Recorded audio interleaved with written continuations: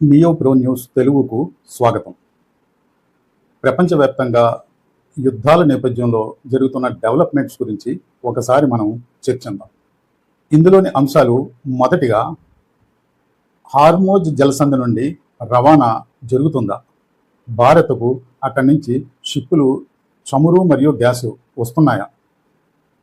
అయితే ఈ సంక్షోభం దృష్ట్యా భారత ప్రభుత్వం పెట్రోలు, డీజిల్ మీద ధరలను తగ్గించింది.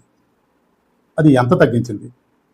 అమెరికా ప్రతిపాదించిన శాంతి ఒప్పందం నియమ నిబంధనలు ఇరాన్కు ఆమోదయోగ్యమా కాదా? ఈ యుద్ధం మళ్ళీ జరిగితే పరిణామాలు ఎలా ఉంటాయి? ఈ గల్ఫ్ యుద్ధంలో కొంతమంది హాస్య నటులు కూడా ఉన్నారు. వాళ్ళ గురించి కూడా మాట్లాడుకుందాం. కంటెంట్ పూర్తిగా చూడండి.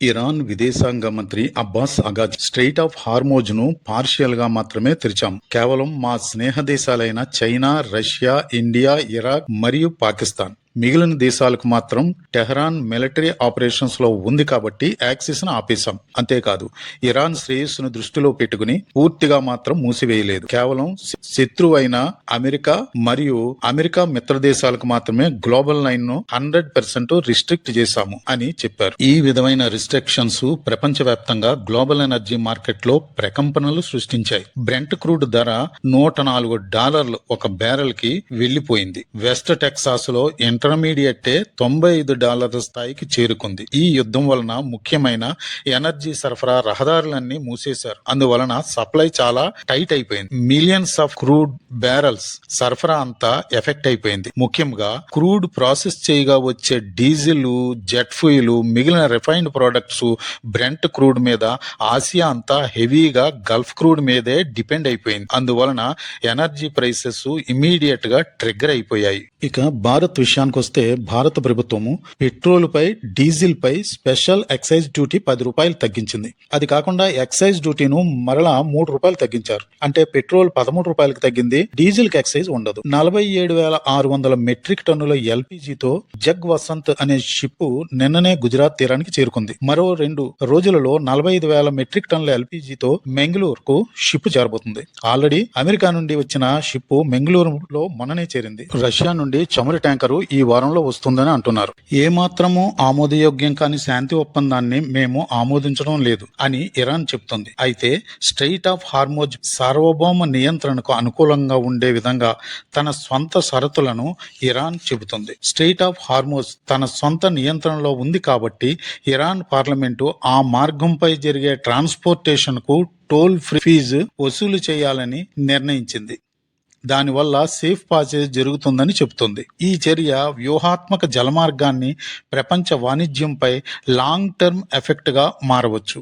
ఈ విధమైన చర్యలు ప్రపంచవ్యాప్తంగా ఇరాన్ విమర్శలకు గురవుతుంది. Sultan Al Jaber, head of the Abu Dhabi National Oil Company, Iran చర్యలు ఎకనామిక్ టెర్రరిజం గా పేర్కొన్నారు. ఒకవేళ ఇరాన్ గనక టోల్ ఫ్రీ వసూలు చేస్తే గ్లోబల్ ఎనర్జీస్ అంటే క్రూడ్ ఆయిల్, గ్యాసు, ఆహార పదార్థాలు, ఎరువులు, మందులు లాంటివి ధరలు ఒక్కసారిగా పెరగవచ్చు అని ఆయన చెప్పారు. ఇది ఇలా ఉండగా, United Nations General Secretary Antonio Guterres వెంటనే స్ట్రెయిట్ ఆఫ్ హార్మోజ్ ను రీఓపెన్ చేయాలని అర్థించాడు. లేదంటే ఇంధన ఆహార సరఫరాలకు తీవ్రంగా దెబ్బతీస్తుందని, ఈ నష్టాన్ని పరిమితం చేయడానికి యుద్ధాన్ని ముగించడమే ఏకైక మార్గమని పేర్కొన్నాడు. వీడొకడు ఆటలో అట్టుపండు, మెలకు వచ్చినప్పుడల్లా ఏదోటి వాగేస్తూ ఉంటాడు. అసలు హార్మోజ్ జలసంధి దగ్గర ఏం జరుగుతుందో వీడికి తెలుసా లేదా అని డౌట్ నాకు. ఇరాన్ కు, అమెరికాకు, ఇజ్రాయెల్ కు ఆహార సంక్షోభం లేదు. అసలు వీడు దేని గురించి మాట్లాడాలి ఈ సమయంలో? కానీ ఏం మాట్లాడుతున్నాడు? సరే,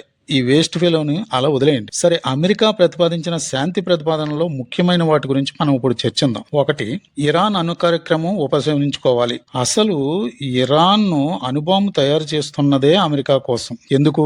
దాదాపు ఇరాన్ పై 3 దశాబ్దాల నుండి ఆంక్షలు పెట్టి బ్రతకనివ్వటం లేదు. ఇరాన్ నుండి ఏ దేశమూ దిగుమతులు చేసుకోకూడదని పెదరాయుడు తీర్పులు ఇచ్చింది. దానితో రగిలిపోయిన ఇరాన్ ను ఆ ప్రయత్నంలో ఖండాంతర మిస్సైళ్లను, అణు కార్యక్రమాలను మొదలుపెట్టింది. ఇప్పుడు ముందు షరతులకు తలొగ్గి ఆ ప్రయత్నం మానేసిన రహస్యంగా అణుబాంబు అయితే ఖచ్చితంగా ఇరాన్ తయారు చేస్తుంది భవిష్యత్తులో. ఇక రెండవది, ప్రాక్సీ గ్రూప్ కు మద్దతు నిలిపివేయాలి. అమెరికా గల్ఫ్ దేశాలతో రక్షణ ఒప్పందం చేసుకోవడం వలన సద్దాం హుస్సేన్ అస్తమయం తర్వాత ఐఆర్జీసీలో ఖుద్స్ గ్రూప్ ను బలోపేతం చేసింది ఇరాన్. ఎందుకు అంటే అమెరికాలో రక్షణ ఉన్న ముస్లిం దేశాలకు వ్యతిరేకంగా ఉన్న కొన్ని దేశాలను మద్దతు తీసుకుని తన పక్షాన్ని వహించే విధంగా వాళ్ళకి సహాయం చేయడం మొదలుపెట్టింది. అందులో హమాస్ కి, హిజ్బుల్లాకి, హౌతీస్ కి, సిరియాలో కొన్ని గ్రూప్స్ కి ఇలా కొంచెం నెట్వర్క్ ని ఏర్పాటు చేసుకుని వాళ్ళని బలోపేతం చేయడం మొదలు. దాంతో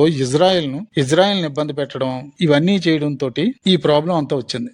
దీనికి అంతటికీ అమెరికా రాజకీయాలే కారణం. దీనికి బదులుగా గల్ఫ్ లో ఉన్న అమెరికా స్థావరాలన్నీ ఖాళీ చేసి వెళ్ళిపోమంటున్నాడు ఇరాన్. ఇక మూడవది, మిస్సైల్ కార్యక్రమం ఆపేయమంటున్నారు. దీనికి చూడండి, భవిష్యత్తులో ఇరాన్ పై యుద్ధం చేయనని అమెరికా వ్రాతపూర్వకంగా ఇమ్మంటుంది ఇరాన్. ఏది ఏమైనా ఇవన్నీ జరిగే పనులేనా? అయితే ఒక విషయం మనం గమనించాలి, ఇరాన్ చాలా రహస్యాలు తెలిసి ఉండి చాలా కార్యక్రమాలు చేసిన టాప్ లేయర్ మొత్తం పోయింది. ఒకవేళ సెకండ్ లేయర్ నాయకత్వంలో దమ్మున్నవాడు ఎవడన్నా కీలక పొజిషన్ లోకి అపాయింట్ అయితే వెంటనే వాడిని కూడా చంపేస్తున్నారు. అందువలన లోపాయికారిగా సెకండ్ థర్డ్ లేయర్ లో ఇరాన్ నాయకుల్లో కొంత వెనుకంజలో ఉన్నారు. వాళ్ళు కొద్దిగా భయపడుతున్నారని కొంతమంది అనలిస్టులు చెప్తున్నారు. ఇప్పుడు మీకు యుద్ధంలో ఒక హాస్య నటుడిని చూపిస్తాను చూడండి. షాబాజ్ షరీఫ్ ఒక ట్వీట్ పెట్టాడు ట్రంప్ కి, ఇరాన్ అమెరికాకి మధ్యవర్తిత్వం చేసి మంచి కన్క్లూజన్ కి తీసుకురాగలను. యుద్ధం సమాప్తి కోసం నేను కృషి చేయడానికి సిద్ధంగా ఉన్నాను. ఇది ట్రంప్ కి పెట్టడమే కాకుండా స్టీవ్ విట్కాఫ్ కి, ఇరాన్ ఫారిన్ మినిస్టర్ కి కూడా పెట్టాడు. అంతే, వెంటనే మన చైనా పెద్ద ఆయన దీవించేశాడు. China praises Pakistan's mediation role in Middle East. Next, Geo News, Pakistan delivers US proposal to Iran ahead of possible talks to end war. అంటే పాకిస్తాన్ ను ఒక పోస్ట్ మ్యాన్ గా అభివర్ణించింది. ఈ ప్రపోజల్ అక్కడ తీసుకెళ్తాడు. ఇక డాన్ న్యూస్ చూసుకోండి, 10 అడుగులు ముందుకేసింది. Pakistan's move leaves Indian media shocked. మరి ఏ మీడియా షాక్ అయింది? ఇప్పుడు చెప్తాను ఏ మీడియా షాక్ అయిందో ఇప్పుడు చెప్తే దీనికి అర్థం ఏంటంటే, పాకిస్తాన్ ముందడుగు భారత్ మీడియా దిగ్భ్రాంతి చెందిందట. ఇది నిజమే.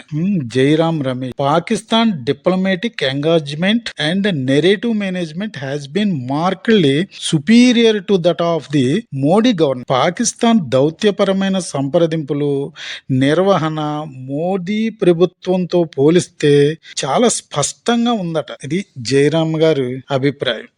ఈ రోజుకి మనం వీళ్ళ గురించి తెలుసుకోకపోతే ఇలాగే ఉండిపోతామండి.